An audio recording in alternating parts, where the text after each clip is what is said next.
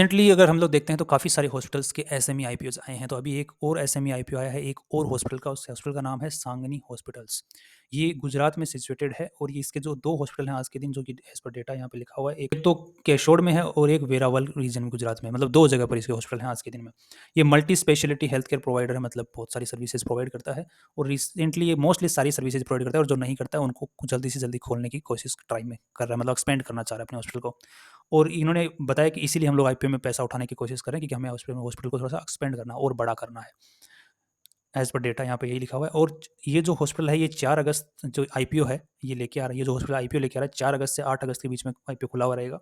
17 अगस्त को जो IPO list हो जाएगा स्टॉक मार्केट में, उसके बाद में हम नॉर्मल जैसे ट्रेडिंग करते हैं वो कर सकते हैं उस आईपीओ के कंपनी के, इस हॉस्पिटल के शेयर के साथ में। अब ये जो 3000 का लॉट साइज़ है, तो आपको एक आईपीओ की फाइल लगाने के लिए 1,20,000 रुपए की ज़रूरत पड़ने वाली है। सो ये इस आईपीओ के थ्रू ये जो हॉस्पिटल है, ये 15 करोड़ रुपए उठाना चाह रहा है स्टॉक मार्केट से, अपने हॉस्पिटल को और ज़्यादा बड़ा करने के लिए, एक्सपेंड करने के लिए।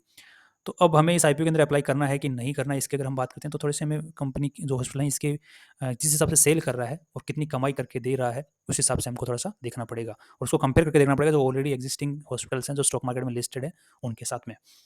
सो यहाँ पे एज़ पर रिसेंट डेटा यहाँ पर जो इनकी सेल है वो ऑटोमेटिक बहुत ज़्यादा बढ़ गई है, जो कि हर आईपीओ ईयर में हर कंपनी की, हर हॉस्पिटल की बढ़ जाती है, हर कंपनी की बढ़ जाती है। सो यहाँ पे 2022 का जो डेटा है 1 साल का, उसके अकॉर्डिंग 4 करोड़ रुपए की इन्होंने सेल की थी इस हॉस्पिटल ने और उसमें से 1 करोड़ रुपए कमाए, सो लगभग 25% के आसपास में इन्होंने नेट प्रॉफिट कमाया, जो कि काफ़ी अच्छा है। हॉस्पिटल्स के लिए मतलब ठीक-ठाक है। हॉस्पिटल का क्योंकि मेनली जो खर्चा होता है वो डॉक्टर्स की और मेंटेनेंस पे खर्चा होता है। सो यहाँ पे 25% इन्होंने नेट कमा रहे हैं और अभी रिसेंट रिजल्ट के अकॉर्डिंग इन्होंने 8.5 करोड़ की सेल की है, उसमें इन्होंने 1 करोड़ रुपए कमा लिए हैं। अगर इसी चीज़ को हम प्रेडिक्ट करते हैं तो 1 करोड़ 30 लाख के आसपास में ये कमा लेंगे। सो यहाँ पे अगेन ऑन एन एवरेज, मतलब पिछले साल के मुकाबले इस साल थोड़ा-सा, मतलब नेट प्रॉफिट्स हैं जो थोड़े-से हिट करने वाले हैं, दिख रहा है कि हिट होगा यहाँ पर। अब यहाँ पे अगर इनकी जो एसेट्स की बात करते हैं, तो इनके जो एसेट्स हैं वो पिछले साल के मुकाबले इस साल काफ़ी अच्छे खासे बढ़ गए हैं, मतलब इन्होंने हॉस्पिटल को ऑलरेडी पैसा उठा के कहीं से एक्सपेंड कर लिया है। सो फाइनली अब इसको थोड़ा-सा हम कंपेयर करके देख लेते हैं पी और पीबी रेशियो निकालने के बाद में। सो यहाँ पे एज़ पर हमने डेटा यहाँ पे देख रहे हैं कि जो इन्होंने अपनी नेटवर्थ लगाई है वो 17 करोड़ के आसपास में लगाई है। सो प्री आईपीओ जो वैल्यूएशन निकल के पीबी रेशियो निकल के वो 3 का निकल के आता है, बट इसके पास में 15 करोड़ रुपए इस आईपीओ के थ्रू उठाने वाले हैं, तो ये पैसे कहाँ जाने वाले हैं? इसी हॉस्टल के पास में जाने वाले हैं। तो ये लगभग पूरा खर्चा निकालने, आईपीओ का जो लेके आने का खर्चा होता है कंपनियों का, सो उस खर्चे को निकालने के बाद में लगभग 13 करोड़ के आसपास में यहाँ पे हम मान लेते हैं कि ऐड हो जाएगा।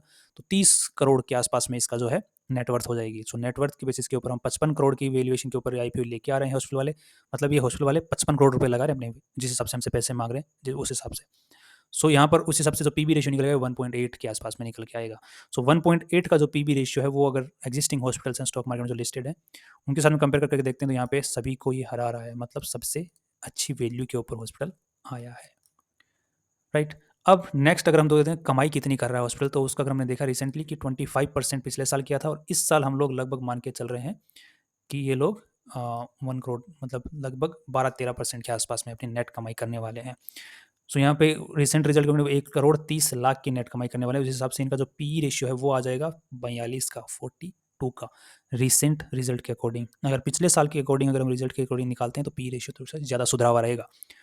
सो रिसेंट रिजल्ट के अकॉर्डिंग हम चेक करते हैं अगर यहाँ पर, तो केएमसी हॉस्पिटल का 45, इसका भी 45, 58, 51, सो ये पी रेशियो में भी सबको हरा रहा है। सो वैल्यूएशन वाइज और कमाई के हिसाब से अगर हम देखते हैं एग्जिस्टिंग हॉस्पिटल्स के साथ में कंपेयर करके, और थोड़ा सा एक बार हम लोग ये भी देख लेते हैं कि इसके जो इंडस्ट्री पी है, मतलब हॉस्पिटल की पूरी इंडस्ट्री है, उस इंडस्ट्री का पी है 35 का, सो इंडस्ट्री पी से इसका ज़्यादा है। सो यहाँ पे कमाई के हिसाब से हमें थोड़ा-सा हॉस्पिटल के साथ कंपेयर करते हैं, जो कि हाई एंड हॉस्पिटल्स हैं उनके साथ में, जो कि ज़्यादा अच्छी कमाई कर रहे हैं, तो ये अच्छा कमा रहा है। बट इंडस्ट्री ओवरऑल जितना कमा रही है उसके रिगार्डिंग कम कमा रहा है। और वैल्यू जो हमसे माँग रहा है, मान लीजिए आपके मकान की 10 लाख वैल्यू और कोई आपसे 20 लाख माँगता है, बट मार्केट में जो और लोग हैं वो 50 लाख माँग रहे हैं, तो उस हिसाब से क्या है, उस हिसाब से अगर देखा जाए तो ये सस्ता हमसे पैसे माँग रहा है।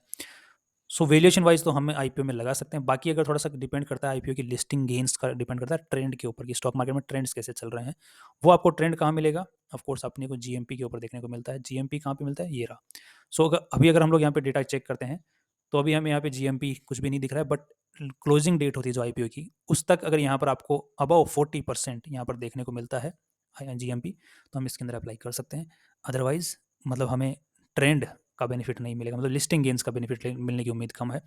बाकी वैल्यूएशन वाइज़ इसके अंदर हम अप्लाई कर सकते हैं। कोई इश्यू हमें नज़र नहीं आ रहा है। Finally see you tomorrow.